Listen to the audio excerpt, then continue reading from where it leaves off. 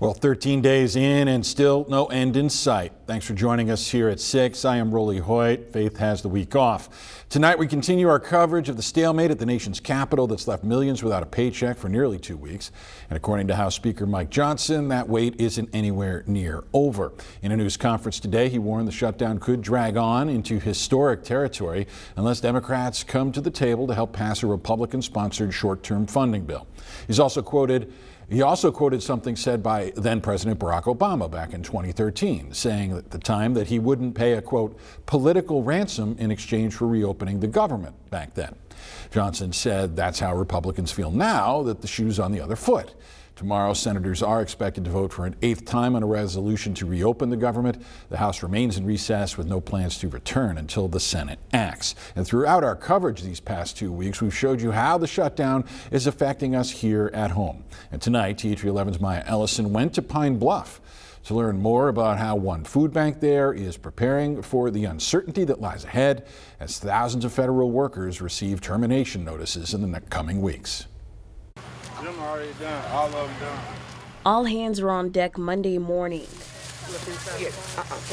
hoping to help those affected by the government shutdown. I want everybody. I don't want no one to go without no food. It's not fair for us to go home with groceries, but they don't have anything. That's Deborah Strickland Allen, founder of First Ward Living Grace Food Pantry in Pine Bluff. She and her team spent the morning filling boxes for those in need of assistance. They sent a truck down here this morning with good items for the people, good items. Frozen dinners, they have chicken, they have ground chuck, they have ground beef, they have onion. The items you see were provided through the Arkansas Food Bank. Allen says they wanted to make sure everyone was taken care of. They just pull up here at the church parking lot and they'll load them up. They'll load them up.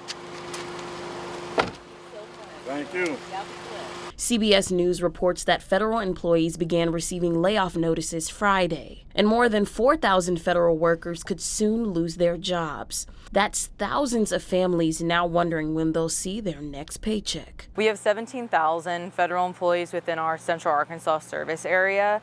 With that, if they're the sole breadwinner for the family, that means that entire family now is going to be wondering where their next meal is coming from. Claire Tiffin with the Arkansas Food Bank says the shutdown not only leaves employees in a bind, but the food bank feeling the effects as well. I would say the biggest concern is a long shutdown. SNAP, WIC, all the USDA product is good through October. But if we go into November, we could see those services be impacted. But that isn't stopping their preparations or their mission to help. We're doing emergency fundraising so that we can make sure we have extra food available. Emergency fundraising also helps us to do distributions that are more than what we had already planned for. In Pine Bluff, Maya Ellison, THV11 News. 17,000. Maya, thank you. The Arkansas Food Bank is already planning another food giveaway to help those affected, and we've got a link. You can find it on our website, th11.com. Meanwhile, the U.S. Department of Agriculture says October 22nd will be when it releases a long-running report that tracks hunger rates across the country, but it'll be the last time that specific report comes out, amid criticism that it has become redundant and politicized. The report often ranked Arkansas last when it comes to food insecurity. It is hot out there. Let's bring in meteorologist Tom Brannan out at the Arkansas State Fair, enjoying all the festivities. Man, you have been partying out there and running down. I've left you leftovers out here for you when you get back, but it looks like you're doing just fine, right? Yes, sir, Rolly, and the sun is setting on a beautiful day here at the Arkansas State Fair. I am by the Win Big Prizes game where earlier today, Tracy Bean won a llama and then called it Tom, named it after me. Brooke Buckner thought it was funny. She said, ha ha, you could never win anything for me, Tom. So coming up at 6:15, I'm going to give it a shot. She wants a panda. So we're going to try to win Brooke a panda at 6:15. Again, I said the sun is setting, beautiful day. Lots of folks still out and about on the midway here at the Arkansas State Fair. If you're going to come out this evening, weather is perfect. Temperatures are in the 80s, a little on the warm side. We're currently at 82 downtown in Little Rock. And those numbers this evening shape up like this. They'll fall back into the lower 70s to upper 60s by 11 and 12 o'clock. So if you're planning on coming out tonight, you won't need a jacket or you won't need a sweater. Hey, how are you? Good to see you. Y'all have a good night. More coming up. We've got this prize we're going to try to win at the big prize game on the Midway at the State Fair, and I'll have the rest of your forecast. Might have a thunderstorm, Rolly. Taking a look at that later. All right, say hi to everybody for me too. Meanwhile, tonight we're learning more about the group who donated nearly 500 posters of the 10 Commandments to the University of Arkansas. It's a group called Counteract USA, an activist organization that empowers Christians in the face of perceived resistance. Their founder, Abigail Desjardins, is a former U of A student who once served as vice president of Turning Point USA's chapter at the school, of course, Charlie Kirk's organization. Chris Sweeney with the Freedom from Religion Foundation, though, has been working this year to strike down the state law that authorized those posters. What I find to be just very head-scratching is that this is not an issue that has come up in any election. Nobody as a constituent has been clamoring for the addition of 10 Commandments to be in public classrooms.